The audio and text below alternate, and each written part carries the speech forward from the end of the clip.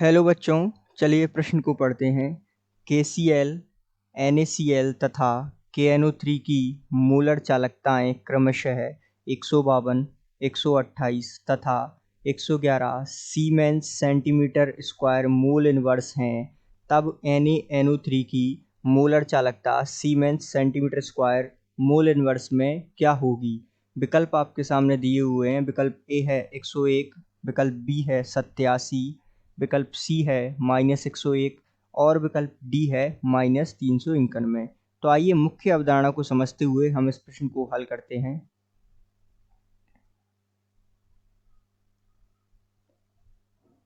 तो मुख्य अवधारणा के रूप में ये प्रश्न जो है सामान्यतः मोलर चालकता से संबंधित है।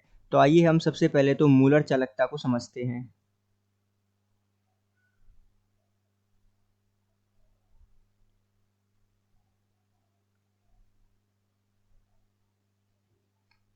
तो ध्यान दीजिएगा, मोलर चालकता क्या होती है। एक मोल विद्युत अपघट्य को किसी विलयन में घोलने पर विलयन में उत्पन्न आयनों के कारण चालकता को जो है हम सामान्यतः मोलर चालकता के नाम से जानते हैं। अर्थात किसी विलयन में एक मोल विद्युत अपघट्य को घोलने पर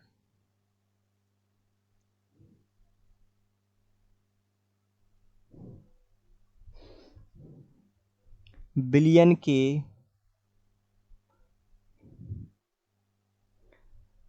या विलयन में उत्पन्न जो आयनों के कारण चालकता उत्पन्न होती है, उस चालकता को हम जो है मोलर चालकता के नाम से जानते हैं। तो इस चालकता को हम क्या कहते हैं?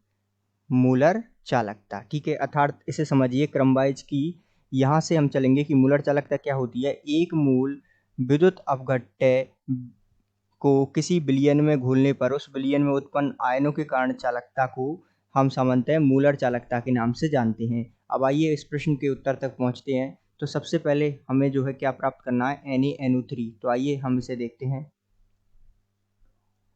तो यहाँ हम सबसे पहले KCl को किस प्रकार लिख सकते हैं, अर्थात मोलर चालकता को किस प्रकार प्रदर्शित करते हैं, यहाँ लिखेंगे हम। इसे आप लैम्बडा भी लिख सकते हो और इस प्रकार भी प्रदर्शित करते हो। तो K+ ये किस प्रकार टूटेगा तथा ये टूट जाएगा Cl- में। ठीक है, समीकरण 1। इसी प्रकार आप इसे जो है दूसरा दिया हुआ है, आपको ध्यान दीजिएगा NaCl। तो NaCl आप लिखोगे इस प्रकार, NaCl बराबर ये टूट जाएगा Na+ तथा ये जो है Na+ होगा, इस प्रकार K+ है और ये होगा Cl-। तो यहाँ जो है इस प्रकार इसे समीकरण 2 नाम दे देंगे। और जो है तीसरा क्या है?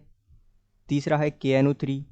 तो KNO3 किस प्रकार टूटेगा? ध्यान दीजिएगा, KNO3 बराबर ये टूटेगा K+ और साथ में टूटेगा NO3- में। इसे समीकरण 3 दे दीजिएगा। अब ध्यान दीजिएगा, हमें क्या प्राप्त करना है? हमें प्राप्त करना है NaNO3 की। ठीक है, अर्थात ये हमें प्राप्त करना है। अब ये किस प्रकार प्राप्त करेंगे? ध्यान दीजिएगा, तो हम जो है समीकरण के हिसाब से चलेंगे। अर्थात हमें एक तो चाहिए Na, एक चाहिए NO3। तो हम जो है समीकरण 2 और जो है 3 को जोड़ देंगे, क्योंकि हमें क्या चाहिए? प्रश्न अनुसार देखिए, हमें चाहिए NaNO3। तो हम जो है समीकरण किस किस को जोड़ेंगे? 2 और 3 को जोड़ देंगे और 1 को घटा देंगे। तो आइए हम करते हैं। 2 और 3 के मान क्या क्या हैं? तो ये मान दे रखे हैं आपको 2 और 3 के 128 और 111। तो हम यहाँ 128 और 111 को जोड़कर जो है 152 में से जब इसे घटाएंगे तो हमारे पास जो है इसकी मोलर चालकता अर्थात NaNO3 की मोलर चालकता निकल के आएगी 87 अर्थात 87। ये हो जाएगा सीमेंस सेंटीमीटर स्क्वायर और मोल इनवर्स। तो आइए विकल्प देखते हैं। इस प्रकार आप हल करने पर जो है किस प्रकार उत्तर पाते हैं और उसका विकल्प क्या है।